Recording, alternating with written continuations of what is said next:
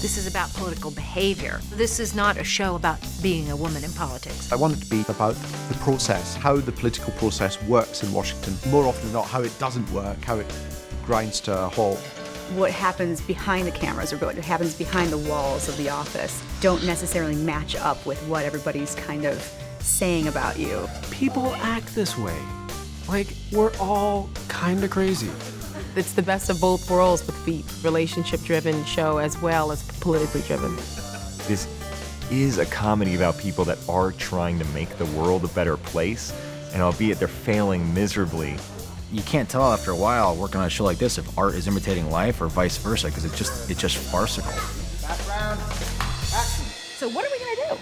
The culture of Veep is definitely unique because we do have the UK, US mixed crew. It's really about human behavior. In politics, no matter where you are, it's about survival. Clean Jobs Task Force likely to be greenlit. That is so great for me. And the country? Oh, yeah, that's what I meant. What's really amazing about Armando is the process he's created. He's a fan of improv or putting things on their feet. He's ready to drop all of the material that he has written to see what you, as an actor, can come up with in a moment. We always get a loose take. We'll shoot the heck out of it, and he'll say, all right, why don't we just make this one looser? Just have a bit of fun. Yeah, just play about it. Yeah. There's a lot of improvisation, people talk over each other. You know, it feels incredibly real. I think Washington has been portrayed in the past as a pretty earnest place, and I think this is a window into a different Washington that might be a little bit more realistic.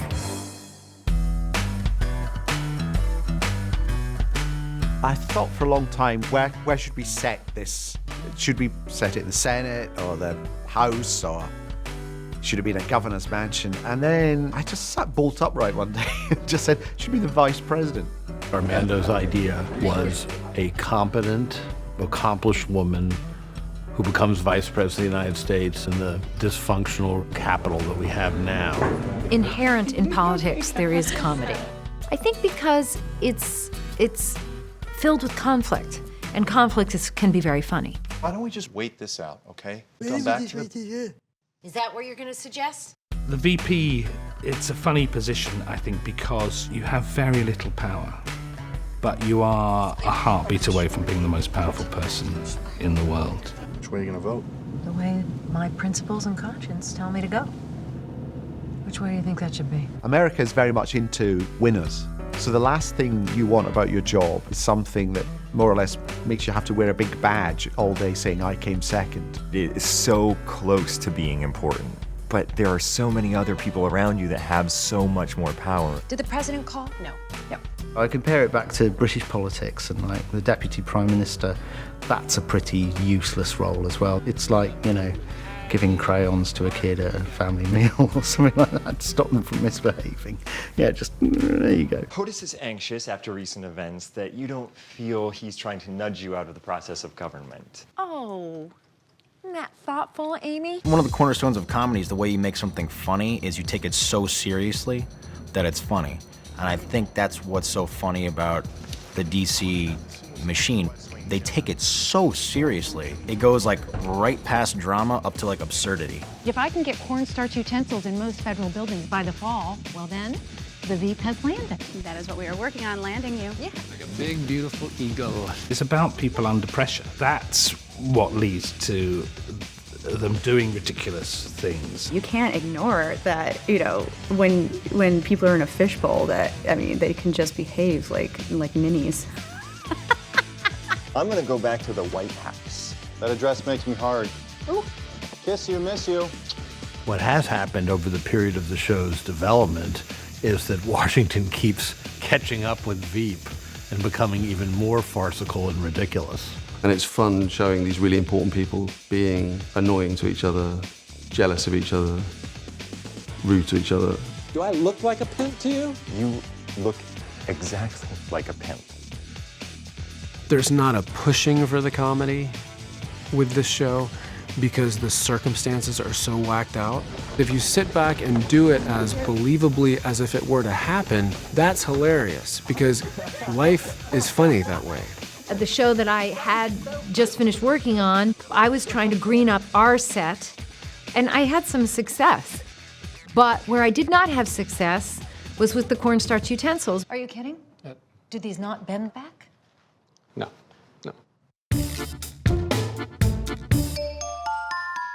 I wanted a cast who had all come through comedy backgrounds or improvisation backgrounds, so that we had on set a whole gang of comedy brains. I love the idea of playing somebody who's made it, but hasn't really made it. Julia's performance is extraordinary. She gets laughs that you didn't know were there. I could not think of one other woman who could handle the subtle funny of this, and her lead in the scenes that we're all together set the tone. We all, just try to keep up. Selena's a powerful person who's thwarted by the system. She's thwarted by herself in the system. She's thwarted by her staff. She will forever blame her staff. It doesn't matter, but it will always be their fault. It's your job to know that if I say I have it covered, I don't have it covered, and you cover me. When Selena was offered the vice presidency, she thought, well, I want Amy on board, and Amy was like, how good can this offer be? And she got chief of staff. The chief of staff has to keep the vice president in the frame of mind that it's okay to be number 2. And that's great, and that's an incredible position. Don't say if I were president. It's the VP bear trap. I'll just think it. When we came out to do some research in DC, we were told about the body man, the guy who goes around with the bag. Gary is Selena's special assistant. Wherever she's at, I'm at. I carry around this large bag that has all of her stuff she needs, some public things, some unmentionables. It's a nice bag, Gary. He calls that the Leviathan. Ooh. You got the nuclear codes in there, buddy? Sue's sort of Selena's guard at the door, if you will. The diary scheduler's job is there to protect her boss's time. If you want a meeting, she'll probably say no. I schedule every minute of her life. Pretty much no ins or outs without my permission. Gotta talk to her for one moment, no, please. she's actually really burdened right now with a bunch of Sue, it'll stuff. take 1 second, literally. Mike, she's spinning.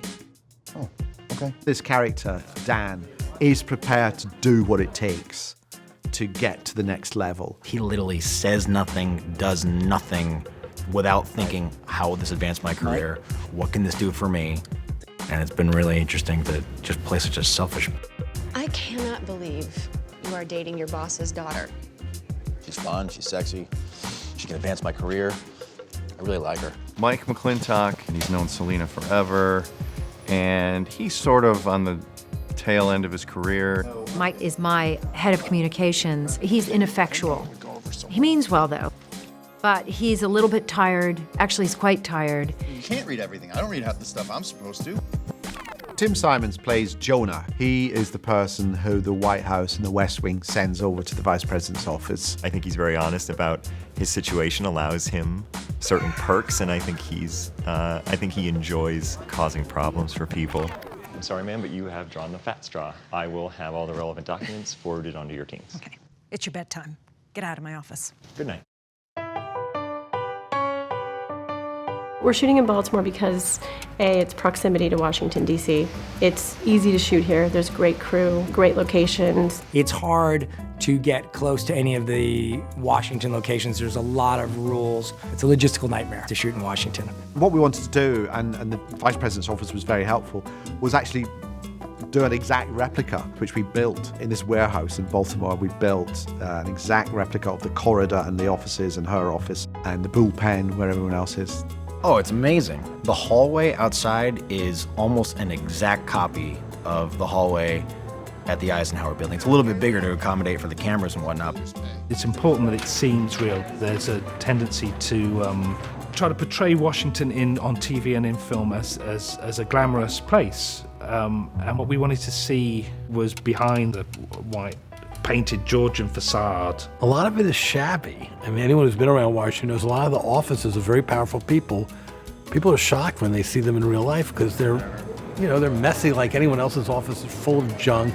An office desk and an office chair were clearly bought from different vendors, and so you have an office chair that doesn't fit under an office desk, and they are paired together, and that's your workspace. I tell you, the art department and set dressing and props, and these people have worked so hard on this job. Ernesto Martinez, our costume designer and stylist, he's so good at thinking about the character's wardrobe as a closet. When I got the job and I got the call, I channeled Michelle Obama You know, I just thought Michelle's style was really great for Julia.